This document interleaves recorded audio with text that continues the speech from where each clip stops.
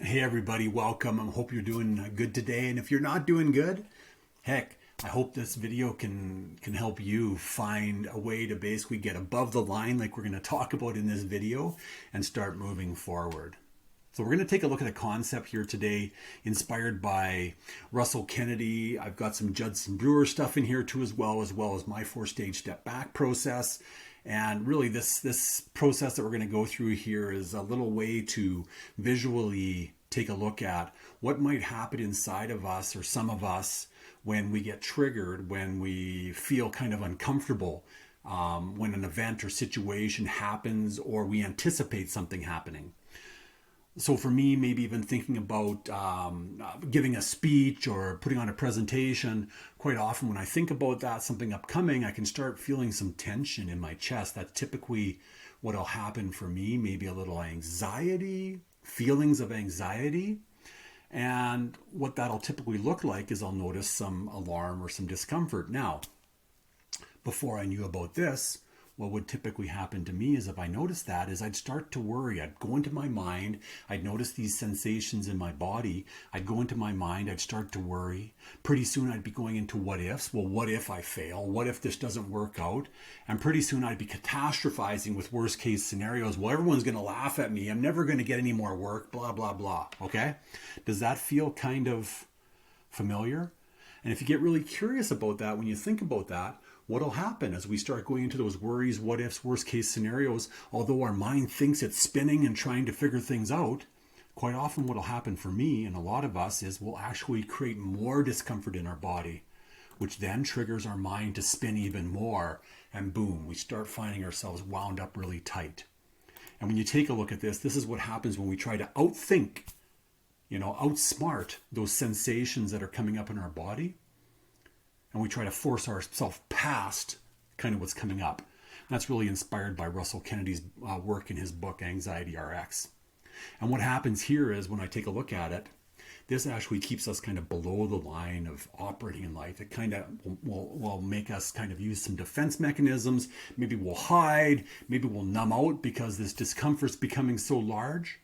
All kinds of different things. So is there a different way? And yes, there is. Coming into a calmer body and just being with what's here with curiosity, compassion, and a calm mind. And what does that look like?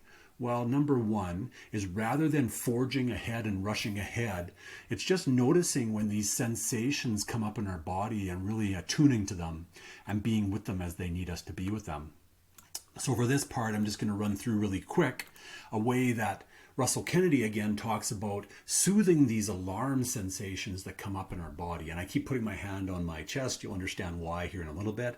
But that's typically where these sensations come up for me. Some people have them come up in their belly. They can come up almost anywhere. I've noticed that with clients. These sensations can come up almost anywhere. So just whenever you notice this alarm, rather than forging ahead, as soon as you notice yourself start spinning with the worries, the worst case scenarios, the what ifs and all that, take that step back. That's where my step back process comes in. Take that step back and just take a breath, realize there's something here, okay? And then look around your surroundings and just ask yourself, in this moment, although this sensation is here, am I safe? Okay? Even just do that right now. Just look around. Are you safe?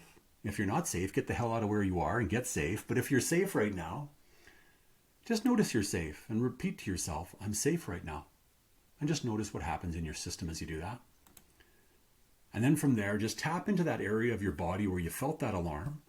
And you can just place your hand on there, imagining a younger version of yourself living in that part of your body. I know that might sound a little weird, but just trust me here. And you don't have to do that if you don't want to, but trust me. It's extremely powerful. And then say to that younger version of yourself, just say, you are safe.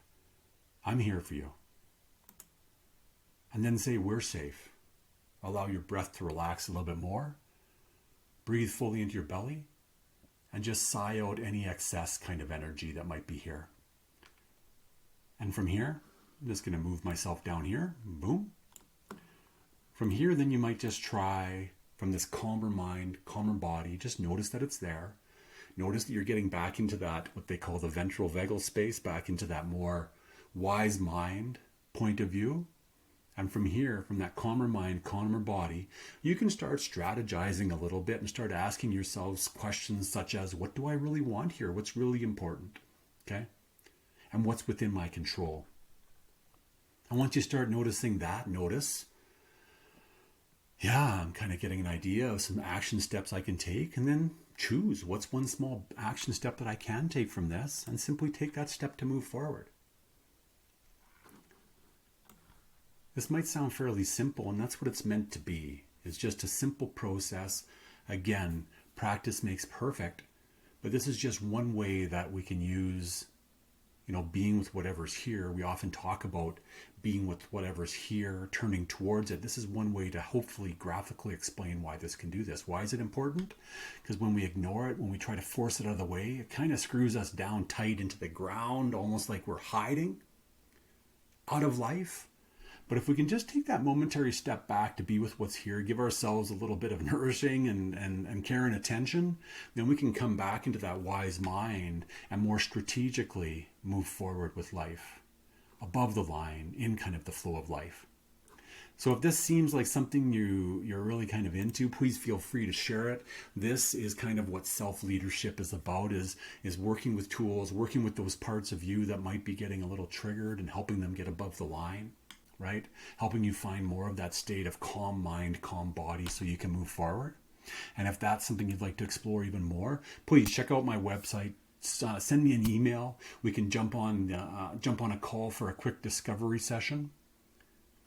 I'd love to be able to kind of just chat about this a little bit more with you. Take care. Have a great day, and I hope you found this beneficial.